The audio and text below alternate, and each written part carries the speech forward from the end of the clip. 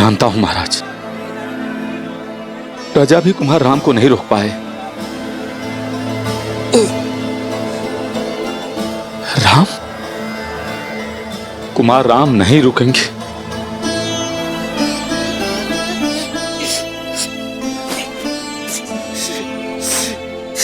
सीता, आपका अभिप्राय है देवी सीता को रोक लो?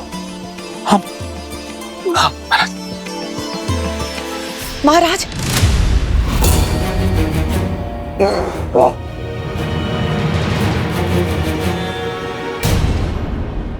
विश्वास कीजिए महाराज, सब शुभ होगा। भरत के युवराज घोषित होते ही प्रजा शांत हो जाएगी। मैं आपको केवल इतना सूचित करने आई थी कि मैं भरत को कैकैया से बुलवा रही हूं।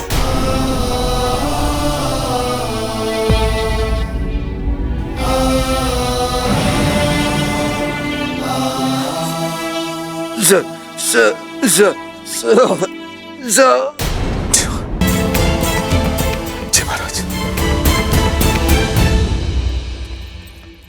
रानी कैकेयी, महाराज जो शब्दों से ना कह सके उनके मुख से समझ गया हूं मैं। वो कामना कर रहे हैं कदाचित प्रजा विद्रोह करते, बस किसी प्रकार कुमार राम को रोक ले। जीवन में कई बार कुछ अनुचित कदम उठ जाते हैं, पर जब जागो तब सवेरा। जब ज्ञात हो जाए कि मार्ग अनुचित है तो पग लौटा लेने चाहिए। महाराज पे दया करे देवी। रानी प्रजा की मां होती है, मां बनकर उनका मन समझे, अपने वचन लौटा ले देवी। मंत्री का कार्य होता है कि वो मंत्रणा दें, परामर्श दें, किंतु सिर्फ तब जब मांगा जाए। भरत को अयोध्या लाने का प्रबंध किया जाए। प्रजा विद्रोह कर देगी। उन्हें रोकना आपका कार्य है। जाइए, अपना कार्य कीजिए।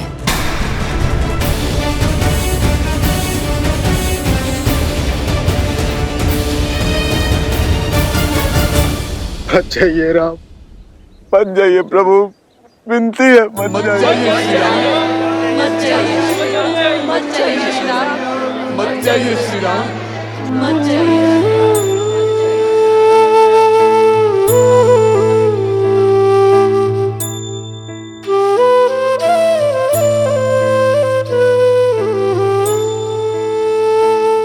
ये मेरी विनती है आप सबसे, मुझे जाने दीजिए।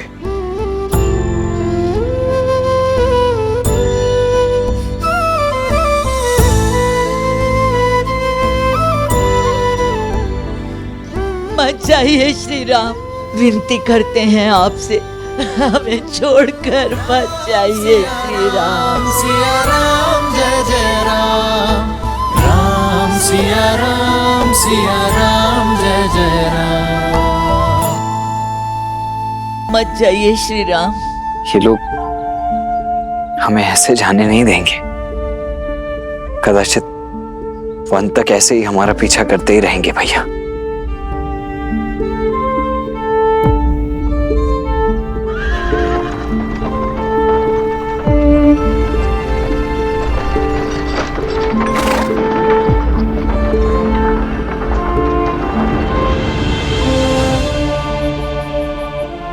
मुझे आशा थी कि इस धर्म यात्रा में आप अपना अंश देने अवश्य आएंगे अमात्य। मेरी प्रजा मुझे छोड़ेगी नहीं, मुझे ही उनसे दूर जाना होगा।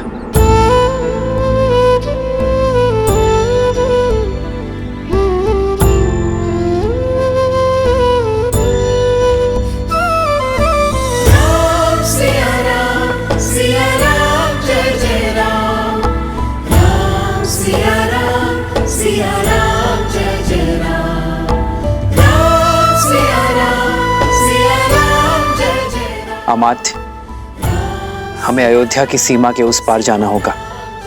ताकि प्रजा हमारा अनुकरण ना कर सके।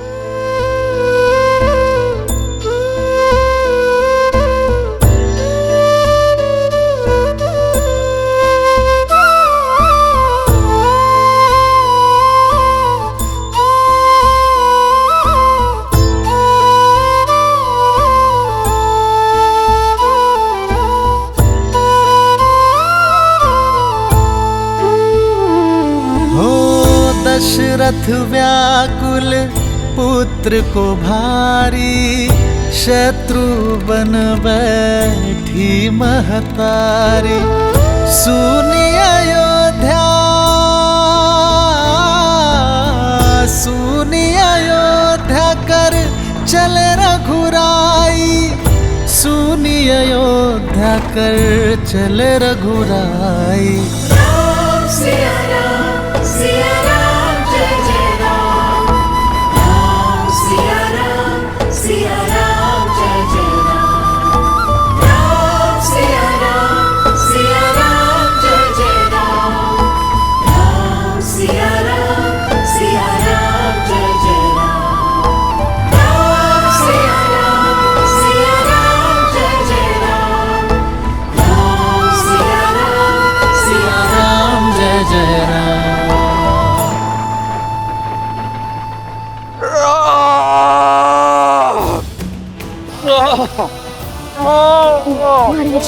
महाराज,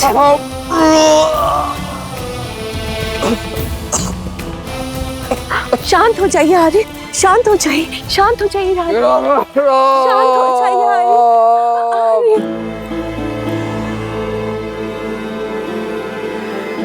शांत हो जाइए महाराज। राम सुमंत के साथ रथ पर बैठ गया है, सुमंत साथ में गए हैं। आशा है कि जो हम राम को नहीं समझा सके वो हमारी अनुपस्थिति में सुमंत की मंत्रणाओं से समझा दे।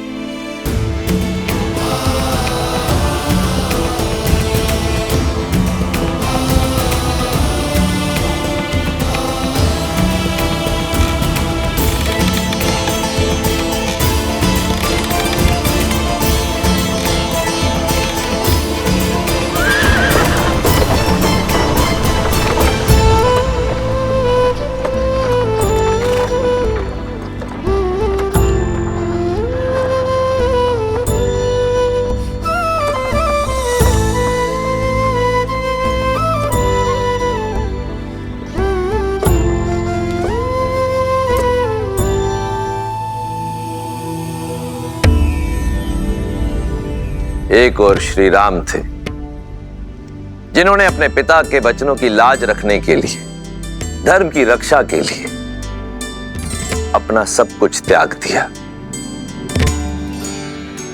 परंतु फिर भी प्रजा के प्रति अपने निश्चल प्रेम और करुणा के कारण सदैव अयोध्या वासियों के हृदय पर राज किया। वहीं दूसरी ओर विश्रवा पुत्र लंकापति रावण, जो सब पर राज तो करना चाहता था, परंतु करुणा और प्रेम के स्थान पर सबके हृदय में आतंक और भय को स्थान देकर। तो क्या रावण के इस एक छत्र राज में कोई अवरोध नहीं था? अवरोध तो था देवी। रावण का बहनोई शूर्पणखा का पति विद्युज्जिह्वा, रावण की उसके प्रति शत्रुता का अनुमान इसी बात से लगाया जा सकता है कि रावण केवल उसे दंडित ही नहीं करना चाहता था, अपितु उसके प्राण हरना चाहता था, क्योंकि इस बार प्रहार रावण के अभिमान पर हुआ था।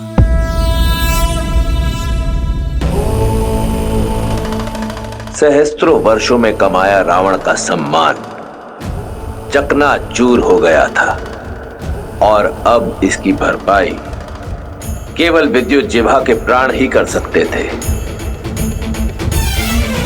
धराधरेन्द्र नंदनी विलास बंधु बंधुरस संतति प्रमोदमान मानसे।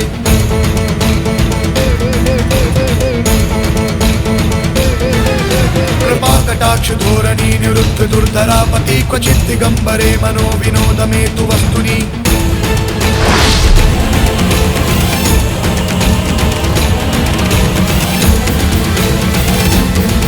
शंभो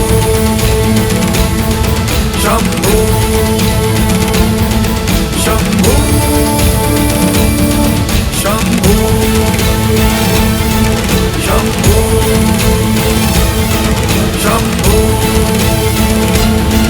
शंभो शंभो।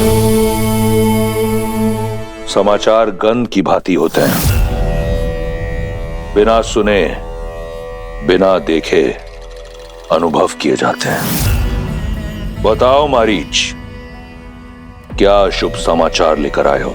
सूचना ये है, विद्युत जीवा ने पाताल लोक में शरण ले ली है। जब तक वो बाहर स्वयं आना ना चाहे तब तक पकड़ना असंभव है महाराज। पाताल लोक तो ब्रह्मा ने नाग, दैत्य, दानव और कालकेयों को दे दिया है। ये तो माया और मंत्रों से रक्षित है भैया। बिना आमंत्रण वहां के मायावी द्वार किसी के लिए नहीं खुलते। इतने कठोर ना बनिए, बहनोई है वो आपका। माना भूल की है उसने, किंतु संबंध की गरिमा तो समझिए। दया और क्षमा का स्थान सदा प्रतिशोध से ऊंचा होता है। भैया, वैसे मुझे भी उससे कोई स्नेह नहीं, परंतु संबंध को झुठलाने का साहस नहीं है मुझ में। मेरे पुत्र के पिता हैं वो।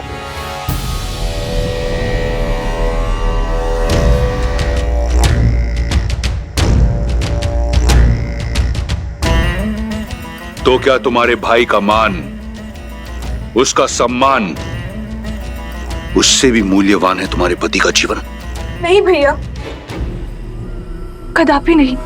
तो फिर ये निरर्थक भावना क्यों? तुम्हारा विवाह विद्युत जीवा से मैंने करवाया, कल किसी और से करवा दूंगा। तुम लंकापति की बहन हो शूर्पणखा। अपने क्षणिक मोह के लिए अपने भाई का नाम सदा के लिए धूमिल मत करो, समझी? जी भैया, मुझे क्षमा कर दीजिए। रक्तपात से कोई लाभ नहीं है। मेघनाथ की पत्नी हमारी वधू सुलोचना पाताल से ही है। हम सुलोचना के माध्यम से उसे आत्मसमर्पण का संदेश भेज देते हैं। मेघनाथ कहाँ है? मेघनाथ की क्या आवश्यकता है आपको? ये मेरे प्रश्न का उत्तर नहीं। कहाँ है मेघनाथ? गुरु शुक्राचार्य के पास युद्ध अभ्यास के लिए।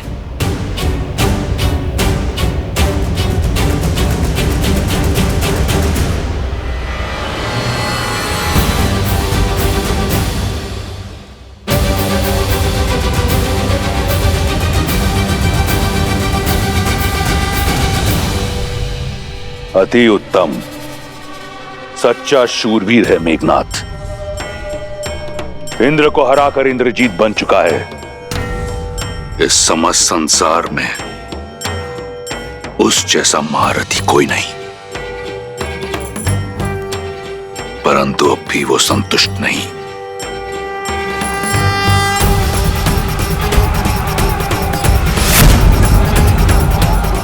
अब भी प्रयास कर रहा है आगे बढ़ने का।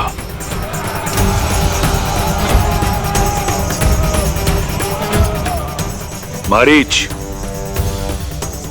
मेरे पुत्र को बुलाकर लाओ। जी महाराज।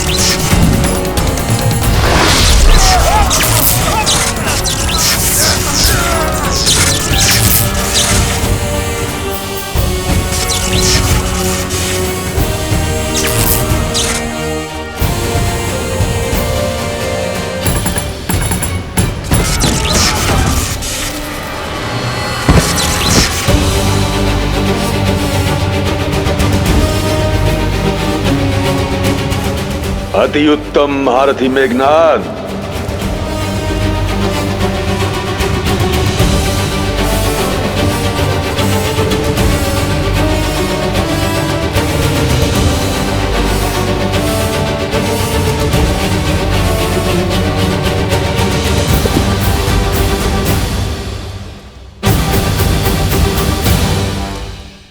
कल्याण हो।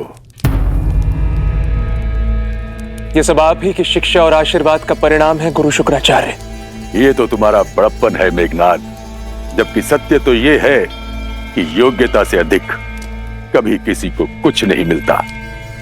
और मुझे पूर्ण विश्वास है कि असुरों में सबसे महाबली राजा बलि के बाद यदि कोई है तो वो केवल और केवल तुम हो, जो इस धरा पर, इस संसार में असुर धर्म को स्थापित कर सकता है। असुर साम्राज्य के ध्वज को यदि हर दिशा में फहरा पाऊं तो ये मेरा सौभाग्य होगा गुरुवर।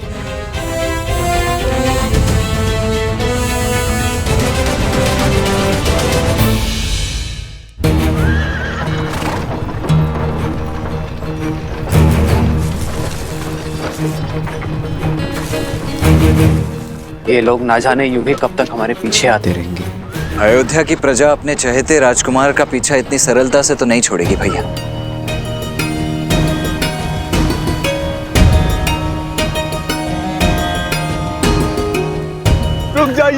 रुक जाइए श्री राम, रुक जाइए, मत जाइए।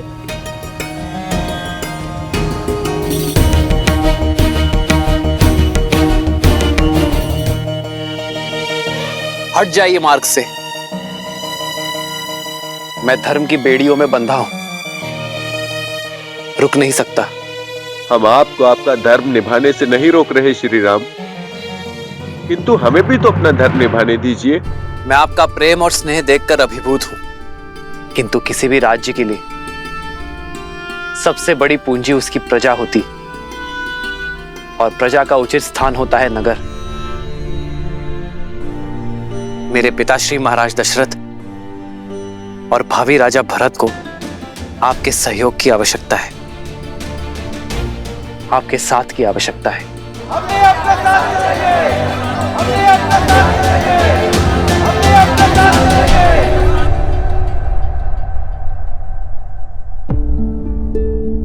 आपका प्रेम अनुपम है, किंतु धर्म के मार्ग पर प्रेम को छोड़ना पड़ता है। हमारी ये यात्रा कठिन मत बनाइए। मेरी विनती है आप सबसे कि श्री राम के मार्ग का अवरोध ना बने। हम आपके मार्ग का अवरोध करने नहीं आए देवी, हम आपके मार्ग का साथी बनने आए हैं। और प्रजा को पीड़ा पाते देखना क्या मेरे लिए धर्मसम्मत होगा? 14 वर्ष का वनवास है पर हमारे राम महलों के सुखों को त्याग कर वन में दुख उठाने जा रहे हैं। यह विचार भी हमें लज्जा और ग्लानि से भर रहा है। हम अपने राम के बिना नहीं रह सकते। जहां हमारे राम होंगे वही हमारी अयोध्या है। हम भी अपने राम के साथ वन में ही जाएंगे।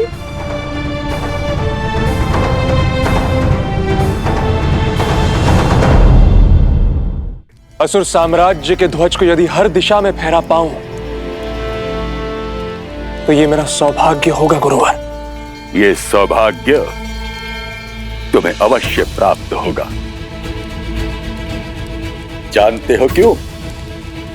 क्योंकि तुम्हारी साधना बहुत कठिन है। अहंकार को त्याग कर धर्म के मार्ग पर चलते रहना ये सबसे कठिन कार्य होता है। इस असंभव कार्य को तुम संभव कर चुके हो। ये मेरी ही परीक्षा थी जिसमें तुम सफल हुए।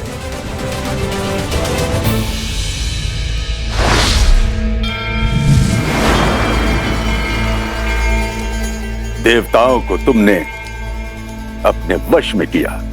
इतना शक्तिशाली होने के पश्चात भी अभिमान तुम में किंचित मात्र भी नहीं है। तुम धर्म के मार्ग पर डटे रहे। तुम चाहते तो अपने शत्रुओं को, इन देवों को समाप्त कर सकते थे, किंतु तुमने ऐसा नहीं किया। तुमने केवल उन्हें मूर्छित करना उचित समझा। मुझे तुम पर गर्व है मेघनाद, और तुम्हें बधाई हो।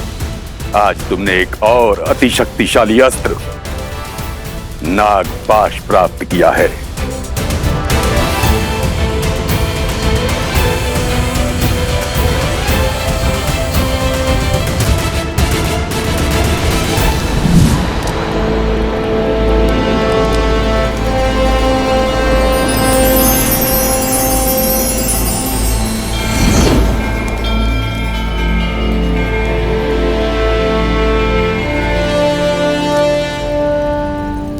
धन्यवाद गुरुदेव।